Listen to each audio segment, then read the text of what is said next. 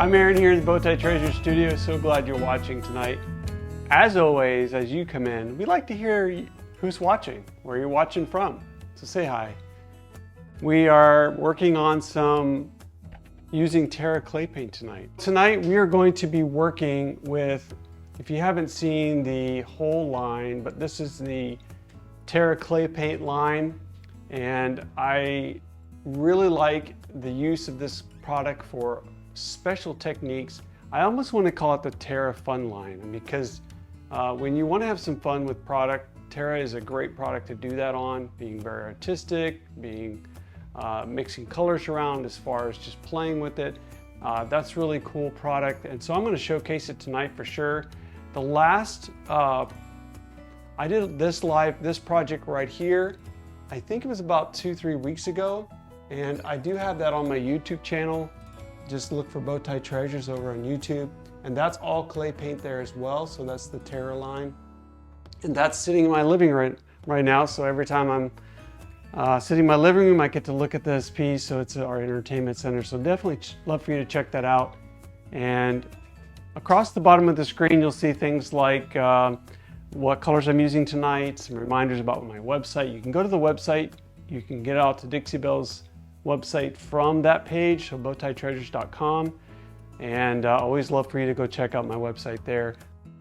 Let's get into tonight's project. So behind me I have an antique china cabinet. I would say this is probably like the 20s-ish, early 1900s, but I've taken the door off, this came missing shelves, and so I'm gonna do a video later on how I make the shelves for this. So stay tuned down the road for that. But I want to showcase, sometimes when you put a door and all the decorative elements on it, you kind of can't show off your work or your pieces. I think this would be great for like plants and books. And so I'm going to go with the no glass, no door idea. I've also selected to use Dixie Belle's whimsical decoupage paper, and this is the inspiration for the colors. I'll be putting this on the back panel.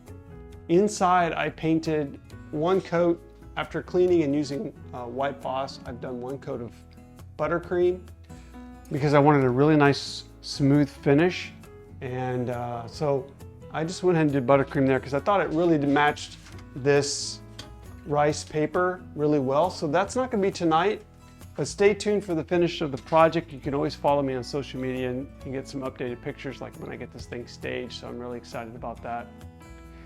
On the outside, I'll show you my messy container. I've already painted it with one coat of Terra's clay paint. This is blue agave, and blue agave I would equate to somewhat of a, think of the word, vintage duck egg would be pretty much what I would compare it to. And keep in mind, Terra clay paint looks different when it's dry and hasn't been top coated yet. And so that is where I'm at. So once I put some top coat on this, the color's really gonna pop and stand out, much like the example I just showed you of the piece I have. Clay paint. Do you see how dark that is? I tried to describe this on my last live. It's almost like if you ever, as a kid, used water on your sidewalk or driveway and it really gets dark, and then over time the sun dries it. That's kind of what's happening here.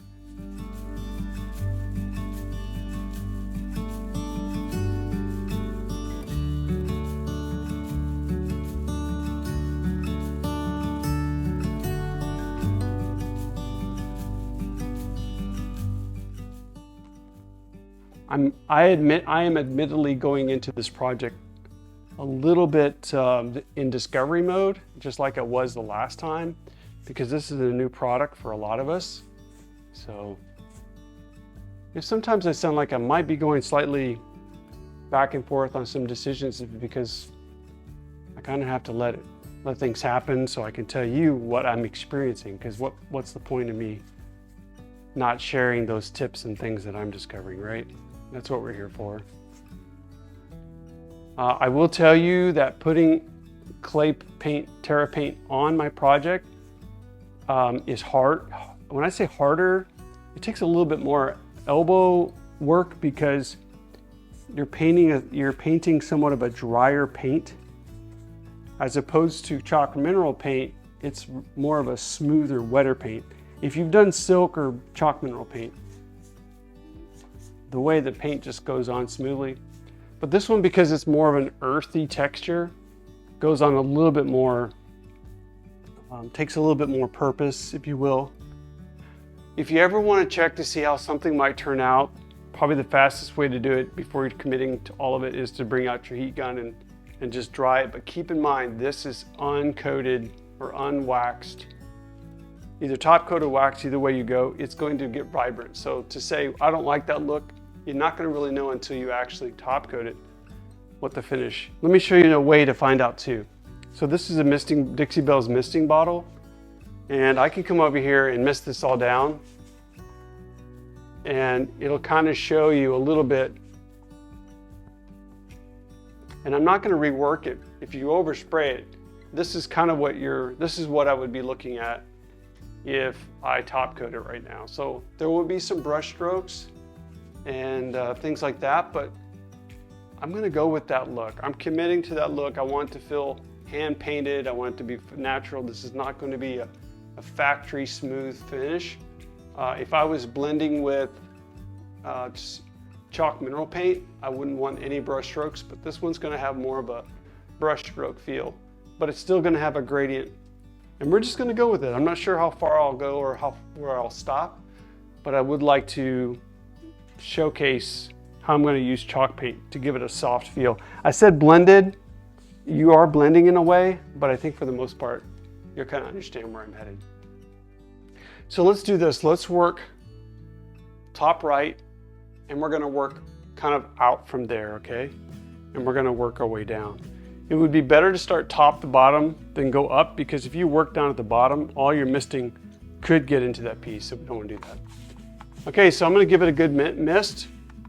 I have several brushes here, and I'll try and tell you what they are. This is the flat small. I'm going to use the flat small with, this is Prairie Dawn.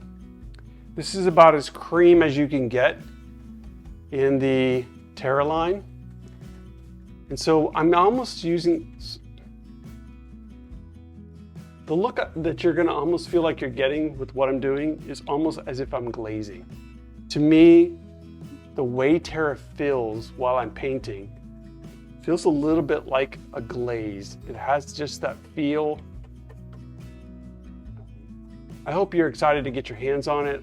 It's going to really change a lot of people's approach to painting, and they're going to have more fun if they like to be adventurous with different finishes. So notice how I'm going to also go up here, and I'm going to fade this out towards the middle of the piece. You can reactivate the paint. So if after you put it on, let it dry, and then work your magic. So I'm going to set that down because I want to get back to my misting brush. And then I'm also misting bottle. I say misting brush, I think I heard that.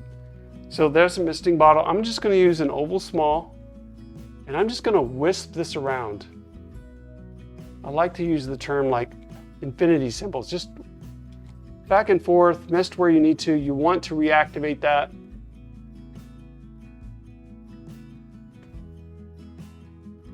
And then I want to show you, I might bring one more brush into this. This is one of those things where you just need to get something like a frame or an object that has some detail and just experiment with the multiple colors and see how it goes. Okay, so what I'm looking for, just like blending, I'm looking for brush strokes to go away. Let me show you one other brush you could try. This is the Belle brush. You see how it has a nice rounded taper? This is a natural brush. I'm going to use this too. You may or may not hear me misting, but I am reactivating it with a little bit of water. But be careful, again, every time you mist, that water's getting on your piece, so you just kind of have to be selective when you do that. All right. That's about how far I went on the other side. Now, one thing I'm going to show you that I did on my on the left side is I'm going to take a little bit of the, just clean the brush, the original color, and I am going to just work back into it. This is a little bit of what you might say is the blending part. I found that if you don't do this, you might just end up with a foggy edge. So we're being very purposeful and delicate as opposed to just throwing paint and roughing it. And I'm learning how much water to put on here. Usually with chalk mineral paint, I kind of know how much to do. Here I'm still learning. All right, so that's about it. Since I have some more agave there, let me just... My blending tips for chalk mineral paint are work quickly. My techniques with chalk mineral paint are work quickly, light hand, and keep it wet. And that's the same principle I've worked here.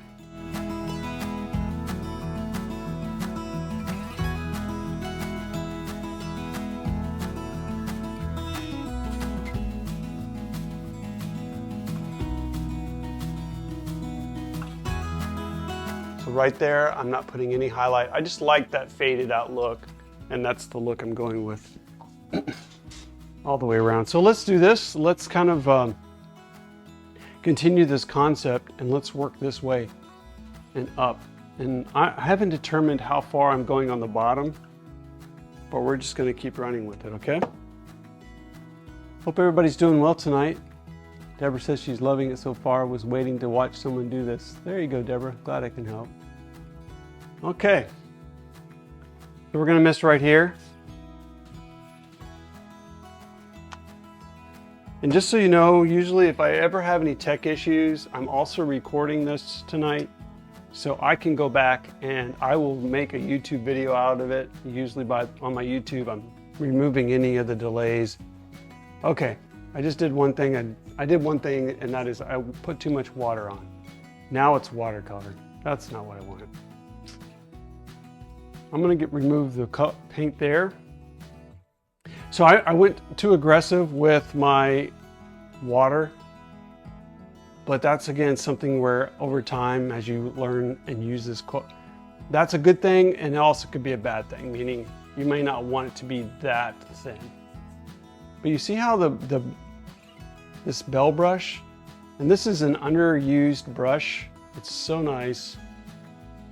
That's another thing. See how I'm going straight up? You can create a vertical feel on that. Down here, I wouldn't be too aggressive wiping off because it's wet. Mineral paint, probably not too much of an issue. But this is where we can go back to our agave color, and I can rework it. So like I said before, I'm purposely going into this very much experimenting with what kind of results I can get.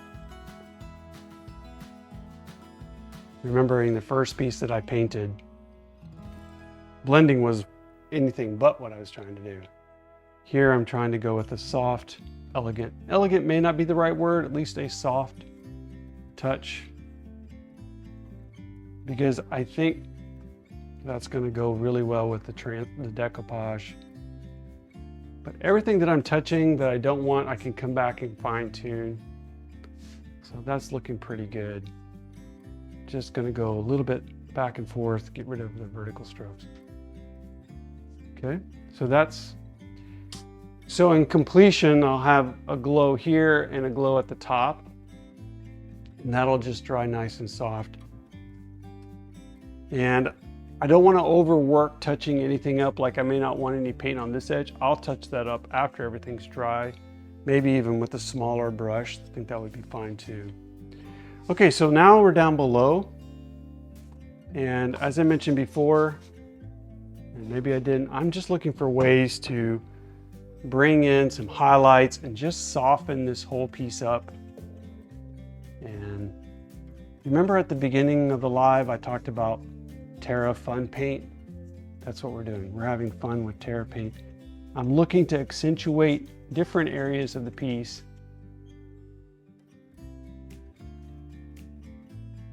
Anything I don't like, I'm only a few brush strokes away from coating it back with the original Agave color and putting it back, or resetting if you want to call it resetting. So we're just taking the same approach, light on the outside, original color on the inside. If it's feeling too dry, give it a light mist. Don't overdo it like I did. And then go in there with your... I do feel like on this particular technique, I'll be doing a little bit more touch-up because I don't want the blend everywhere. I do want it here on this edge.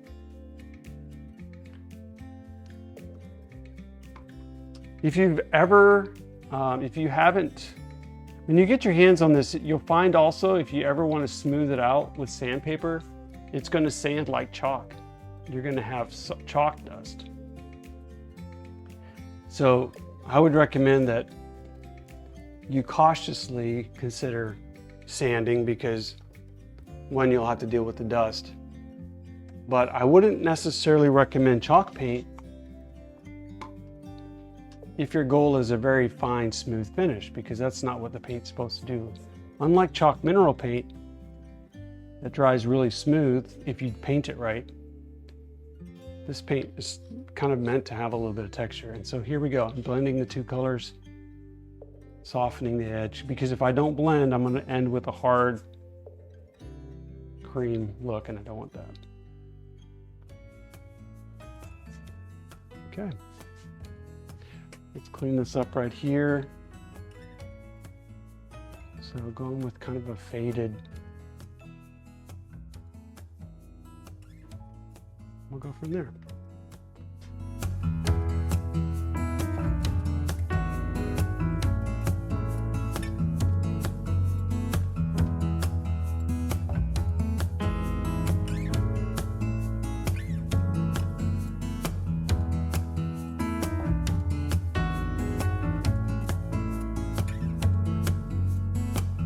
I'm going to put a little bit of the Agave in here, which for the price of paint, again, if you can get, for as far as furniture goes, get at least 2 good sized pieces of furniture, good or reasonable size, if you will. Like I said, I still have paint left, so here I'm blending the two colors together a little bit. Soft touch, don't forget. Disguise those brush strokes, and we will leave that. And I'm just going to let that dry. I'll know either later tonight or tomorrow morning, depending on how long I want to wait. But I can use my heat gun and dry that down. But it's going to gaze basically overall. When I'm done, I'm going to have glow, kind of a vignette. I'm going for a vignette look, so it'll fade to the original color right now. That looks really weird, but trust me, it'll. We're going to be good there. We're going to mist everywhere I want to paint, all the way around the spindle. You can go as much or as little of this. I chose to just go about right here. Do you see how you can see brush strokes now? I'm not sure if that's coming through the camera. That's just showing you a little bit of what I'm going to get when it's dry. But I'm going to go with that look. I want this to be a little bit more, you know, as an antique. I want it to be a little bit, have a little age to it, character. So we're going to see how that goes. Even after I top coat, I can still paint over top coat. So nothing's done, nothing's a done deal until I put a price tag on it. But not even that. You never know. Okay, so you see I just getting the paint on there. Now I was using an oval small.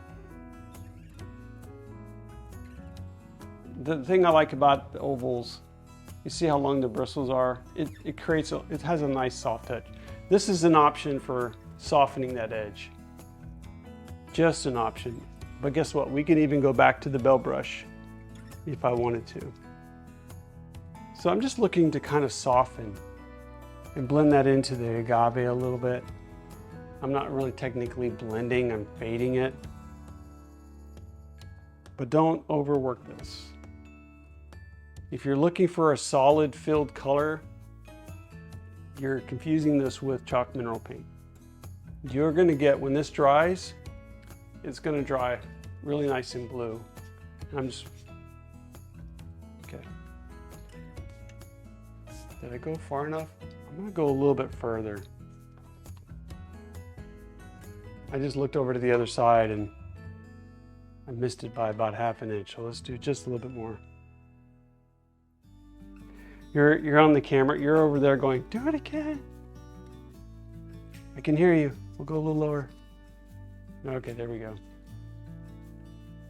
So just softening that edge, fading it out. Okay, let's start with blue agave. And while that's wet, I'm experimenting just for you. I'm here for you. Okay. I do not have to paint a complete coat of this color because the first one is close to enough. So you can probably water down the second coat. I think that would be fine. So right now I'm just putting the second coat of paint on so that we can experiment to see what happens with using Prairie Dawn on top of that. As opposed to everything being dry and starting with this, that's wet paint. And let's see yeah, it's probably going to be a little glare with the light. It gets a little tough to manage all that. So probably, or not probably, what's happening right now because the agave was wet, you're actually blending and mixing colors. See how I'm pushing that in? I want those colors to mix.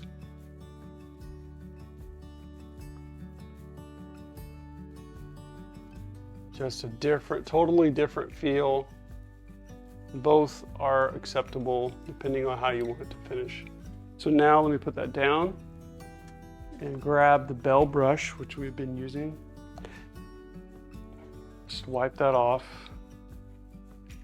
And here I'm going to soften it. Light hand. I'm mixing much just like I would on chalk mineral paint. This Belle brush has a little bit more bite to it. I'm going to mist it one more time. It's starting to get a little thick. And I'm looking to get rid of any kind of fudgy areas. Now right now I am pulling off a lot of chalk paint, Terra paint, so I need to discharge. Okay, so you can see some of the just darker areas. And I'm just working that. I don't want to overwork it. I'm not looking for 100% perfection. But I am showing you the difference between blending with chalk mineral paint. And then at this point, I would just go in there with more of the agave, because you probably have some creams in there that you don't want.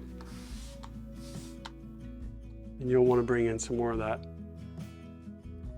So just underneath where you think you worked would be good. If you need to go up into your worked area, do that lightly. And then you can blend that in there. I think that'll, so what's going to happen is, probably in my opinion, I'm going to leave with a little bit of just almost too perfect. And let's wet this back up. Let's showcase the re-wetting. I'd like to go a little lower. My preference is when I do a blend on the side, is I like to do more of a curved vignette. Now I will tell you this, I cannot do what I'm doing right now with chalk mineral paint. It would start to dry, get sticky, and then I would have to stop working for a while if I needed to redo it. Let's do that right there. So again, I just what I consider what I would call reactivated the Terra paint and remade my vignette. You cannot really do that with chalk mineral paint. We're going to keep it wet. We're going to work quickly. I'm at the point where I'm trying to balance all the things in my hands. So I'm using the Belle brush to soften. I'm going in a little bit of a curve. So I mentioned in my description that we would be blending. This is about as blending as you can get when you're mixing two wet colors. On the front side, I wouldn't really totally classify it as blending because I was really washing one color, but this is definitely blending. Doable, totally.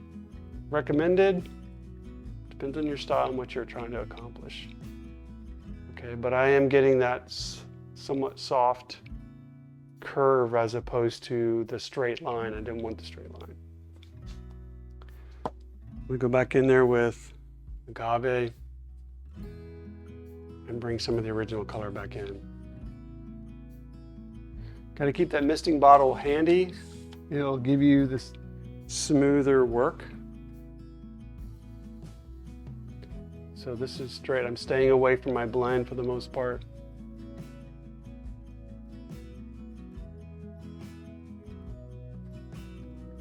Okay.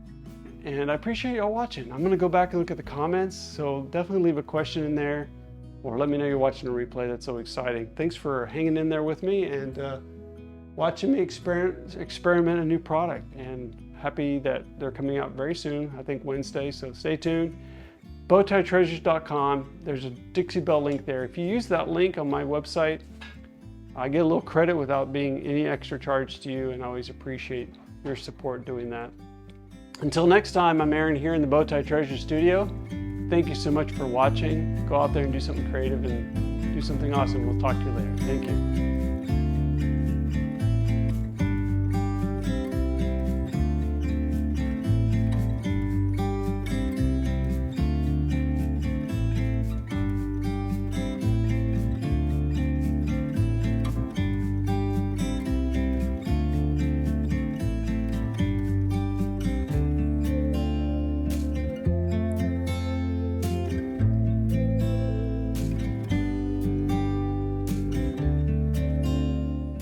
That's the end of the show. Make sure you subscribe and ring the bell before you go. Bye.